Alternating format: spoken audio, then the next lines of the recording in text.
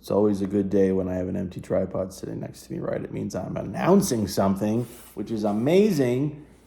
Hey YouTube, what's going on? So happy Saturday. I hope all of you guys had a good week. I'm gonna race through this information as fast as possible just because I got a lot going on and I'm trying to get a lot of things done today. But I wanted to take some time here and just let you guys know what's going on. The one thing I'm going to let you guys know right off the gate here is that after we talk about the new camera that I'm about to put on this tripod, there are some things that are really important to me, that mean a lot to me, that I would like for you guys to take a look at. And so if you could stay through this whole vlog, that would be great. But if not, if your ADD starts kicking in, or you're just like, I don't want to listen to all this, just know that everything that I'm going to talk about after the camera is linked in the video description box below. So with that being said, new camera. Scion is gone. It is soon to be heading to the Netherlands. One of you guys actually bought it. Thank you. You know who you are. And I think this guy is going to do great work with it. I'm really excited to see what he is going to do with the Scion. Pretty cool that one of my cameras is going across the pond to the Netherlands. That's pretty sweet. So, with that being said, I am so excited to introduce this new camera to you guys. This is one that I've wanted for a very long time. Never thought I'd be able to get it, but I saw the deal and I leapt on it, as you guys know that I do. The camera is in fantastic, basically open box condition. It has under 300 hours on it. And so with that, I would like to introduce to you guys the Red Epic. How cool is that? So let's get it on the tripod and let's talk about it. So, Red Epic. This camera came out originally, I believe, God, I was like 20 or 21 years old when it came out. So this would have been 2010, 2011. I think it was 2011 is when it came out. It has a lot of film credits behind it in terms of both studio level films and indie level films using it as their A camera. I am not going to waste a lot of time on this vlog. I'll mention a couple. There's a Robert Zemeckis movie called Flight that used this camera. A lot of Steven Soderbergh projects use this camera. Oh my God. Behind the Candelabra, Magic Mike, Side Effects. David Fincher used this on Girl with the Dragon Tattoo. He then used the dragon version of this camera on Gone Girl. Oh my God, there's so many movies. Just go, like, Google will literally just give you a huge fucking list, but there's a lot. There are more film credits to this camera than there are the Red One. This is the best you can get with the MX chip, and personally, the Mysterium X chip is my favorite sensor that Red has ever made. That is just me though. I know, especially Big Sandwich, if you're watching this, you're gonna be like, you should have gotten the Dragon.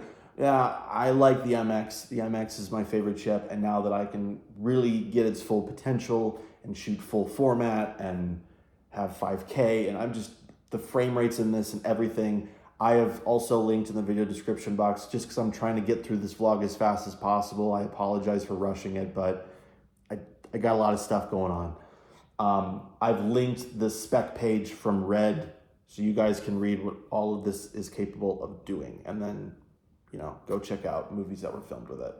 So yeah, obviously this camera's not in a state where I can shoot with it yet. There's no control interface attached to it yet. I have the side handle showing up later this coming week. So I'll be able to get into the camera and get my settings in there and everything. It came with the AC adapter, so I was able to get power into this thing and just turn it on, and everything looks like it's working fine, which is great. Came with the mini mag interface, which is pretty cool. So I can use some more up-to-date media with the camera, which is nice. Get some kind of higher drive capacity. Oh, I can't talk today. So that's the Epic. This is my next journey, and I am not planning on getting rid of this one for a while, quite a while. This one, I'm hoping that come Christmas of this year, this motherfucker is still sitting with me. That's how much I love this thing, and I'm excited, and it's just, for what I do And for what I would like to do, this thing checks all the boxes. It's the perfect size. I'm planning on traveling with this thing this year. I've got a couple family weddings that I'm going to, one in Wisconsin and one in Indiana. And at least one of them will be getting the treatment of me running around with the Epic, getting footage. So yeah, really looking forward to that. So that is the Epic, and we will talk more about it as time progresses and I can get this thing in a state where I can take it out and shoot, and then you guys will start getting footage with it, which is pretty cool. So, Red Epic. So the next thing is, I don't know how many of you guys were able to go over to the community section of this YouTube channel, but the video podcast that I was a part of is online. And those same guys, their names are Jesse and Mark. They run this company called Tiki Kitty.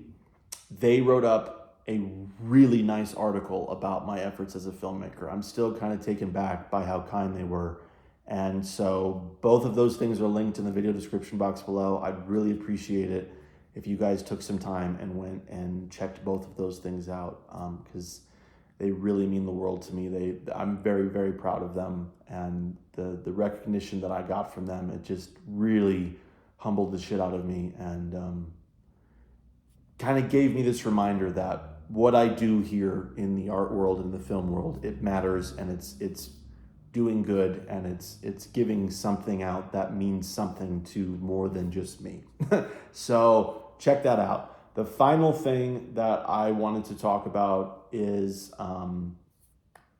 those of you that have been following me for quite some time, I'm sure some of you remember that before the COVID-19 pandemic, when I first came out here to Colorado, I was working a job in the audiovisual industry for the hotel industry. I was working at a Hyatt Regency down here in the Denver Tech Center, and I befriended quite a few people in that job. One of them was our sales guy. His name was Byran, and I kept in contact with him after we both had lost that job due to the COVID-19 pandemic. And unfortunately, I believe it was either late 2021 or early 2022, he was diagnosed with cancer. And unfortunately, 2 nights ago, he passed away in hospice care.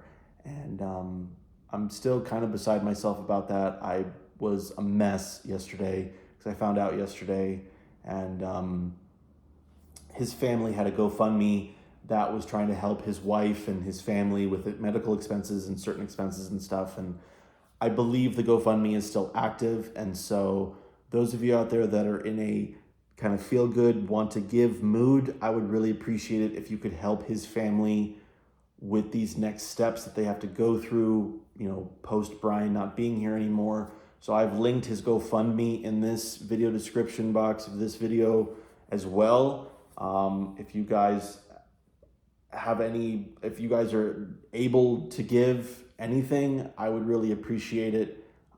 This guy was amazing. He was a part of the film community. He was a part of the AV community. He was a fucking hard worker. One of the most selfless guys I've ever met in my life. He was like 12 or 13 years older than me, but literally he just had this presence of him where he was very knowledgeable, very kind, but he also made you feel like you were a part of his family. He just had that aura about him. He was an amazing human being. And if I keep talking, I'm going to start crying. I really don't want to cry this morning. So with that, I'm going to wrap this vlog up. Red Epic, podcast, article, and then my buddy Brian, rest in peace, dude. I'm going to miss you. I'm literally going to start crying. So you guys have a great Saturday. I will talk to you guys soon. Bye.